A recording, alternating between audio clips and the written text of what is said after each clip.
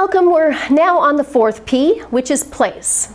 And so with this, in this lesson, what we'll be talking about is where will your customers buy your product or service, and thinking about a distribution strategy that can work for you.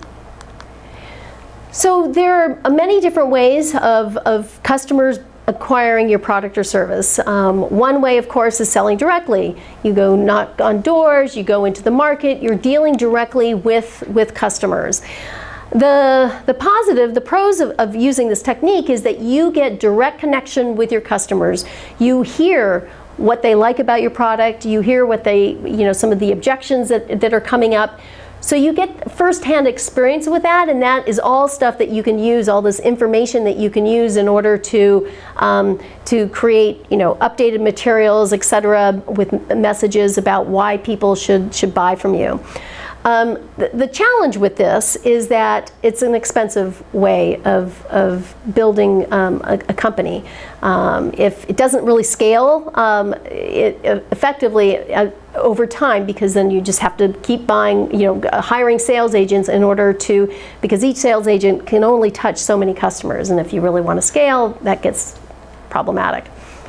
So another way that we've seen many social enterprises reach customers is through what we call micro-entrepreneur networks. And this is that the social enterprise recruits and uses people that are in the community already for them to sell into their community. And so the benefit of this is that the social enterprise is creating jobs for these people in the communities, and these people already, the micro-entrepreneurs, have trust within their communities. And so the social enterprise, by default, by working through these people, have kind of earned trust already. The challenge with this is that it can take a lot of work.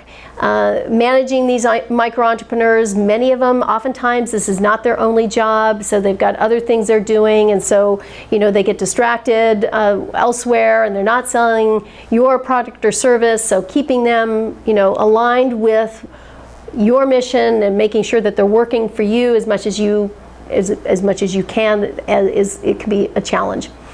Another one is basically selling through others, which includes online. So basically, you're selling through other retailers. It could be you're selling through kiosks in urban slums. You're selling through other e-retailers online. So basically, using kind of an indirect, as we talk about it, an indirect sales channel. The benefit of this is that you can take advantage of their strengths. I mean, if you're going through another e-commerce retailer, they've got a list and people that are already doing business, so automatically you get access to who they're already doing business with. If you're selling through kiosks in the community, then again, these people have people that are everyday customers. Their normal customers are coming to them every day, and you just automatically get reach to that customer base. The challenge with that is, with this going through this indirect way, is that you are disconnected from the customers. And so you don't have touch, you don't have the feedback direct feedback from these customers, so you're not able to do as much learning. It is a good way to scale, but you're not able to do as much learning and adjusting if needed through that. And so we also see a number of enterprises that take a hybrid solution. So they're not just going one way or another.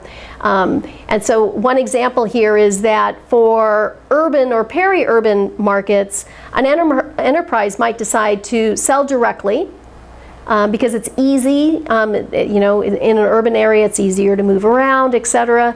And they might also, in certain areas of an urban, so say in certain parts of a big city like Nairobi, for instance, or Delhi or Mumbai, they might go through existing resellers that are already established in some parts of the city.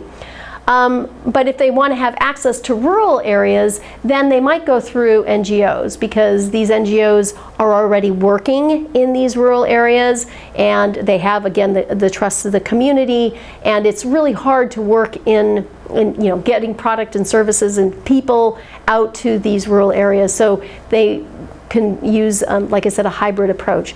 So as you think about this, you want to understand what is your position of your product to each segment of the market.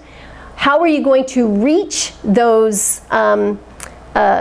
people? And then what is your sales and distribution strategy? So how do people actually buy or buy your product or service?